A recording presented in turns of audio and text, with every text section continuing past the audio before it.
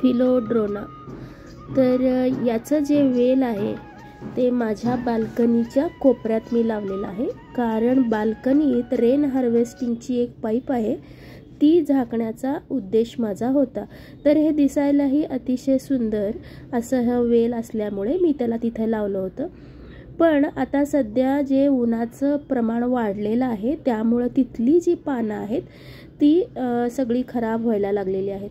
तर मला हे वेल तर ठेवायचंच आहे, पण त्याचबरोबर ते दिसायलाही छान दिसावं हा उद्देश होता। तर सध्या त्याची पानं मी कमी करण्याचा उद्देशाने त्याचे जे कटिंग्स आहेत ते कट करत आहे आणि याच कटिंगचा मी दुसरे जे नवीन रोपं तयार करण्यासाठी उपयोग करणार आहे। तर अतिशय इझी टू ग्रो हे प्लांट आहे आणि त्याचबरोबर तुम्ही त्याचा कलर बघू शकता, अतिशय सुंदर आहे। तर त्याचे जे कटिंग्स घेतले मी त्याचेच मी आता अंगणात जाऊन लावणार आहे। हे नाव जरी एक असलं तरी याचे जे पानाचे वेगवेगळे आकार आहेत ते वेगवेगळ्या आकारामध्ये जे जे प्लांट तुम्हाला भेटेल ते याच नावाने ओळखलं जातं। तर अतिशय सुंदर त्याच्या पानाचे कलर असतात, त्याचबरोबर त्याचे आकारही असतात, त्यामुळेच ते सगळ्या गार्डनरचं अगदी फेवरेट एक प्लांट आहे आणि तुम्ही या प्रकारे कटिंग्सनी त्याला ग्रो करू शकता। याला ग्रो करण्याचा अगदी उत्तम उपाय म्हणजे त्याला कोको स्टिकच्या मदतीने जास्तीत जास्त हेल्दी, सुंदर आणि मोठी मोठी पानं मिळण्यासाठी तुम्हाला कोको स्टिकचा उपयोग करून ते वाढवा। याचा उपयोग बाल्कनीमध्ये, हॉलमध्ये आणि डेकोरेशन ऑर्नामेंटल प्लांट म्हणून तुम्ही करू शकता। त्याचबरोबर जर तुम्हाला वेल नको असेल तर गुच्छांनी त्याचे जास्तीत जास्त कटिंग पसरट पॉटमध्ये लावायचे आणि त्यामुळे ते येणाऱ्या दिवसात गुच्छांनी तयार होतं आणि दिसायलाही अतिशय सुंदर दिसतं। तर माझ्या अंगणात मी आलेले आहे आता त्याचे कटिंग्स घेऊन।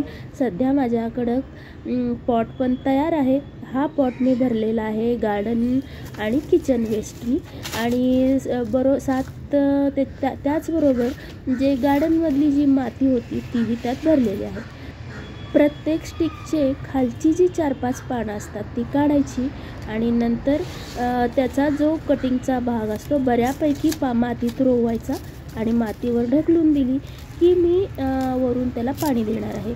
जितके जास्तीत जास्त तुम्ही ते स्टिक जवळजवळ लावाल ते येणाऱ्या दिवसात जास्त गुच्छांनी त्याचं जे वेल आहे ते तयार होणार आहे। मधला जो भाग आहे तो मी तसाच रिकामा ठेवणार आहे, कारण तिथं मला कोको स्टिक लावायचं आहे। जेव्हा याचा ग्रोथ छान असा सुरू होईल तेव्हा मी बाजारातून किंवा तुम्ही पाहिला असेल मी कोको स्टिकही करायला तुम्हाला काही व्हिडिओमध्ये दाखवलेला आहे, तर तसा मला वेळ मिळाला तर मी तसं कोको स्टिक तयार करून येणाऱ्या दिवसात मधल्या भागात ते लावणार आहे। वरून थोडंसं पाणी टाकलं की आता थोड्याच दिवसात याला नवीन छोटी छोटी पानं यायला लागतील आणि जेव्हाही अशा झाडांना तुम्ही फवाऱ्यासारखं पाणी दिलं ते जास्त आवडतं। तर ह्याचे जे कटिंग्स आहेत असे छोटे छोटे करायचे आणि याला सुरुवातीला तुम्ही पाण्यामध्ये सुद्धा वाढवून जेव्हा छान असे रूट्स यायला लागतात तेव्हा त्याचा मोठा गुच्छ तुम्ही पॉटमध्ये लावू शकता। अतिशय जसं मी तुम्हाला म्हणाले अतिशय इझी टू ग्रो असल्यामुळं, कमी मेंटेनन्समध्ये असल्यामुळं हे तुम्ही तुमच्या गार्डनची जेव्हा सुरुवात कराल तेव्हा त्याला तुमच्या गार्डनमध्ये जरूर समावेश करून घ्या। याला जे मॉइश्चर असलेली माती, कमी कंपोस्ट म्हणजे ऑलमोस्ट याला काही अगदी खत लागतच नाही असं म्हणू शकता तुम्ही, जे तुमच्या गार्डनमध्ये तयार होतं किचन वेस्ट किंवा गार्डन वेस्टपासून ते लागतं। आणि ऊन म्हणाल तर याला सकाळचं आणि संध्याकाळच्या उन्हाची गरज असते, कारण जे कलर्स असतात त्या पानावर येणारे गोल्डन कलर ते जास्त येण्यास इम्प्रूव्ह होतं। त्याचबरोबर जर तुम्ही त्याला अतिशय कडक उन्हात ठेवलं तर त्याची जी पानं आहेत तुम्ही जे बघू शकता, सध्या बाल्कनीत खूप कडक ऊन लागते त्यामुळेच ही पानं सगळी जास्त करपटलेली व्हायला लागलेली आहेत। तर तसं ऊन त्याला अजिबात लागू देऊ नका, म्हणूनच मी सध्या त्याचं कटिंग करत आहे आणि म्हटलं तुमच्याबरोबरही हा व्हिडिओ शेअर करावा।